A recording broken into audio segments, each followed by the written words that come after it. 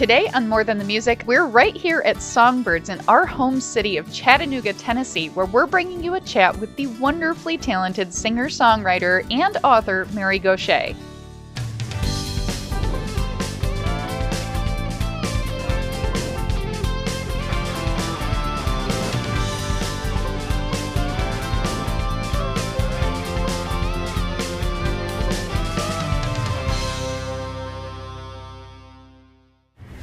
Songbirds Guitar and Pop Culture Museum is part of the Songbirds Foundation, a 501c3 nonprofit organization that supports music education programs for kids. Y'all, we are so proud to have this incredible space right here in Chattanooga.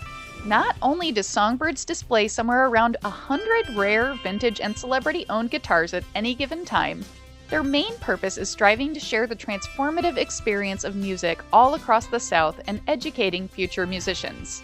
They do so not only through their incredible collection of guitars, but also by working to preserve music history, offering educational programming, providing resources to emerging artists, as well as hosting live music and other special events. All right, y'all, we are at Songbirds in Chattanooga, Tennessee. I'm talking to Mary Gauthier. So excited to have you here. Thank you for Yeah, it's talking good to to be us. back. It's been a few years since I've played here, and the place is still going strong. I'm glad. Thank goodness. Got through the other end of the shutdown and the pandemic, and we're still here. It's good. We are still here. Yeah. It's a beautiful thing. Speaking of pandemic stuff, we'll just start with your latest album, Dark Enough to See the Stars. This is something that I wanted to ask you if you feel like it is a pandemic album, in the sense that there are a lot of themes of loss and obviously a lot of themes of love in your life. And I just kind of wonder if that came out of the whole COVID thing. Partially. I was in a new relationship that is just an incredibly beautiful relationship for me. And courting my now partner with songs, and full steam ahead with us getting together when about 2 years into that, the pandemic happened. And so the collection of songs really is a grouping of songs I wrote over the last 5 years or so. Okay. My last record came in 2018. So we're about 5 years, 4.5, or something like that. So it's a collection of songs about romantic love, but also about grief and about love in general. And I guess maybe as someone who has experienced a larger life as I got older, the music has brought me into places I couldn't have imagined going. And I have so many people that I love so much in my life that inevitably, with something like a pandemic, we're going to experience some loss. So love and loss go together. The more you love, the more you have to lose. And hopefully the title of the record, Dark Enough to See the Stars, is an expression of the value of that it's worth it. That having a lot of love in your life is worth it. And I think we have to make those decisions as we get older. And it's a long answer to a short question, but that's kind of where I was at when I was writing it. You know, I lost a good friend, David Olney, at the very beginning of 2020, an incredible songwriter. And then John Prine. And then the list started. And there's been so many people that I've been close to that have passed in the last 2 years. So how could I not write about that? Yeah. All right, well, thank you. You're welcome. You just almost made me cry. Goosebumps and all. Cool. So I wanted to talk to you about Rifles and Rosary Beads, nominated for a Grammy. I believe also Best Album at the Americana Awards. Correct, yeah, Okay, correct. yeah. And it won Best Album in the United fantastic. Kingdom, Record of the Year in the United Kingdom Americana Awesome. Awards. You've had, as Sarah Silverman put it, a country artist's wet dream of a tragic story. She has a way with words, doesn't she? She sure does. Sarah Silverman, yeah. And I just wanted to know if you felt like you were uniquely equipped to work with these veterans and soldiers, being able to write such beautiful stuff from a place of trauma. or Good if I'm question. reading too far into No, it's that. a great question. And the answer is yes and no. The no is that there's so many incredible songwriters that work with veterans through Songwriting with Soldiers, and they're coming up with amazing songs. It wasn't just me by any means. And yes, I'm qualified in that I am not afraid when someone is in deep emotion around their trauma. And part of bearing witness and being a co-writer with someone who's dealing with PTSD is to be able to sit with someone who's struggling. And I can do that and not be afraid. Because I have an absolute conviction that that guitar of mine can help them. I know that music and songs do something really important around trauma. They build a bridge that can connect a highly traumatized person back into the community, because music and song are built on empathy. Preach. More with Mary Gauthier after this.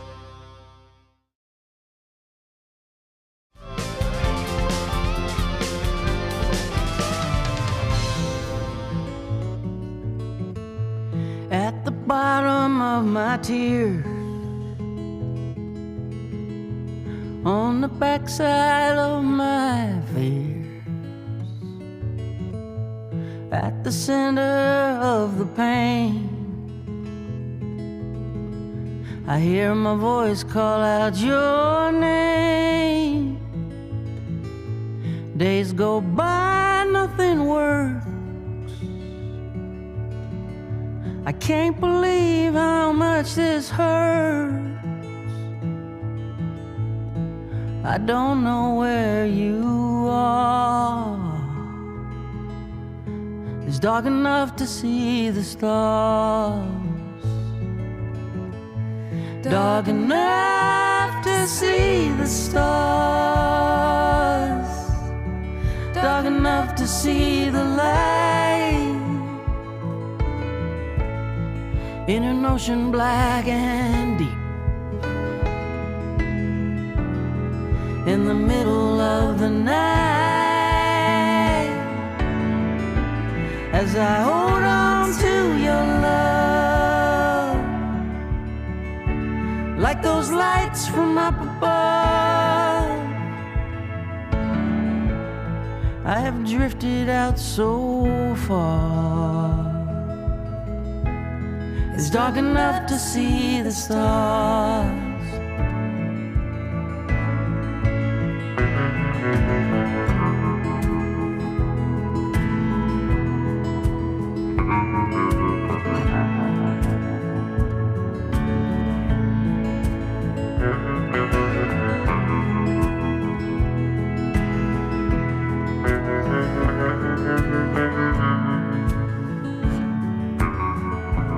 Curse the clock, time is a thief. Every life it measures brief. Every child is born to die,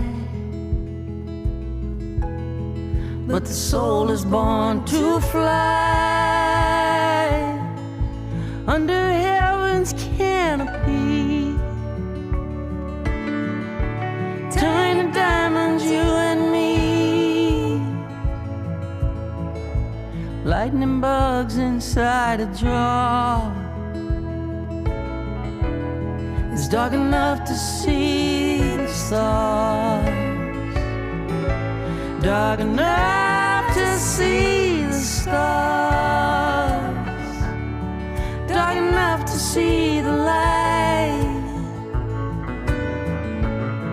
In an ocean black and deep,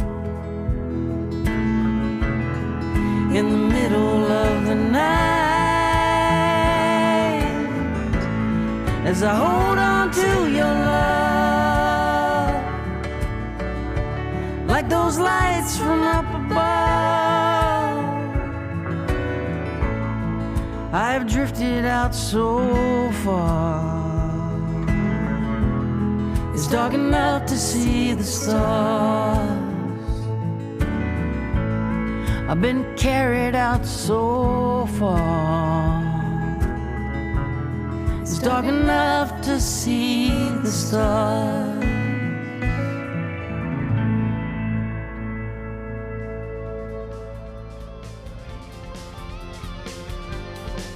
More with Mary Gauthier when we return.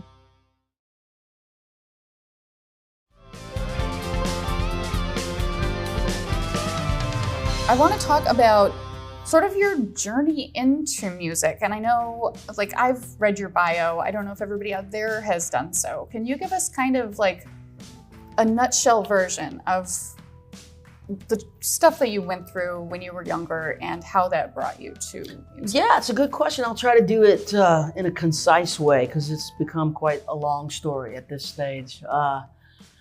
I spent the first year of my life in a place called St. Vincent's Women and Children's Asylum. I was given up at birth by an unmarried mother in the Deep South in 1962. And that lonesome whistle blows. Mm-hmm. I spent a year there and was adopted into a Catholic Italian family. I ran away from home when I was 15.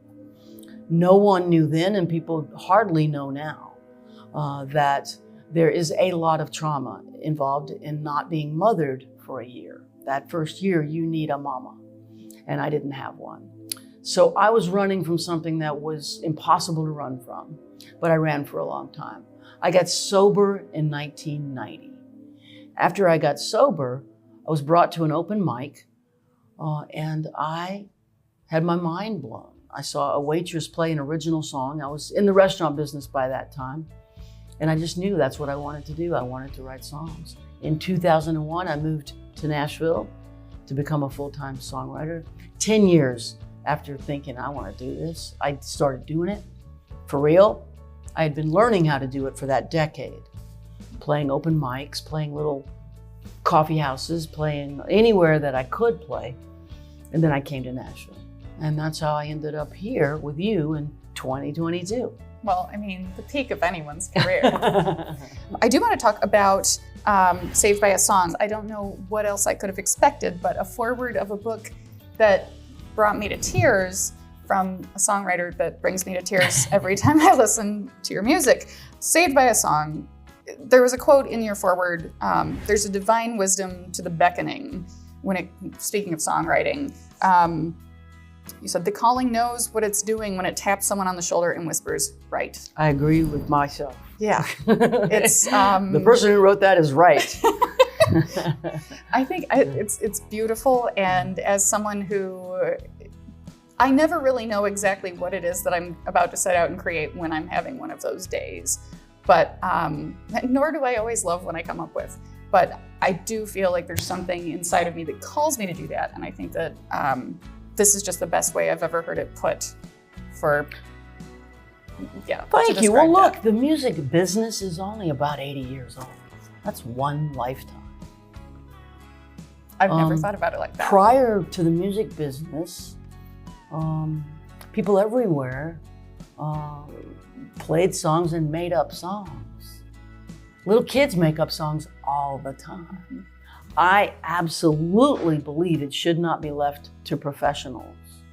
We have it in us to sing. It's a God-given thing to sing. And for me, to sing well means just to sing with emotion. It's not the 75-syllable "the" that makes me think that's a great singer. What makes me think that's a great singer is simply this: I believe you. You mean it, and I feel it. And that is really intrinsic to so many people. Take the music business out of the equation, and so many more people would make up songs and are being called to make up songs. Not commercial songs, or maybe commercial songs, but songs that can be sung in a family, in a community. Nothing makes a child so happy as to put their name into a song. My 6-year-old niece was just visiting a couple weeks ago, and she is always singing. And it's mostly gibberish and made up names, but it is wonderful. Yeah, and if you made up a little song with her name in it, oh yeah, she would light up like a Christmas tree star. Yeah. Yeah. Stay tuned. We've got more after this with Mary Gauthier. Closed captioning brought to you in part by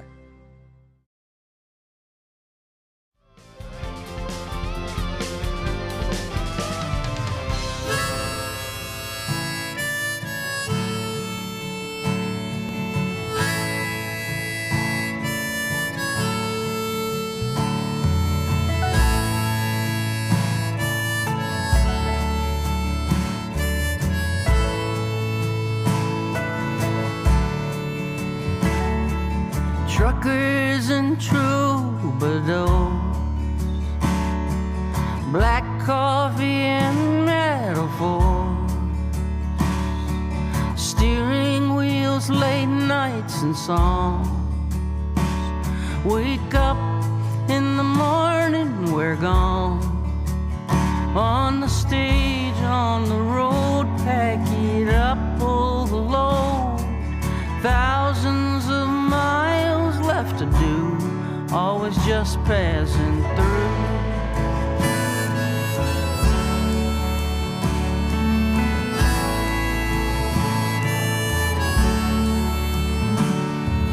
Truckers and troubadours, our other half walking the floor. Can't wait to make it back home. Counting the days till we're gone.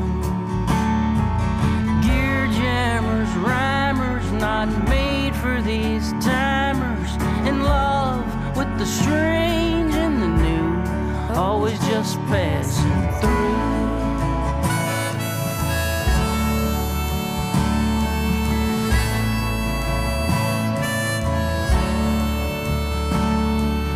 Interstate headlights and stars in our eyes, packing our bags as we must. Sometimes it's heaven, sometimes it's hell, slaves to the old wanderlust. Wanderlust.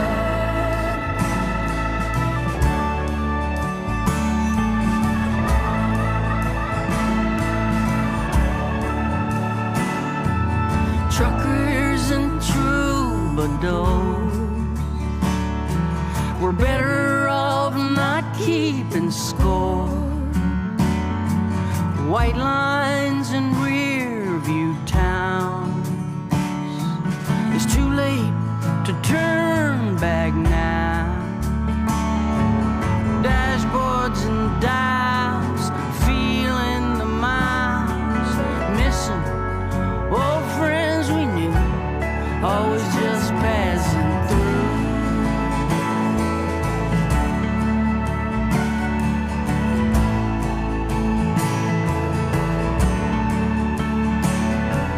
Truckers and troubadours, truckers and troubadours, truckers and troubadours, truckers and troubadours.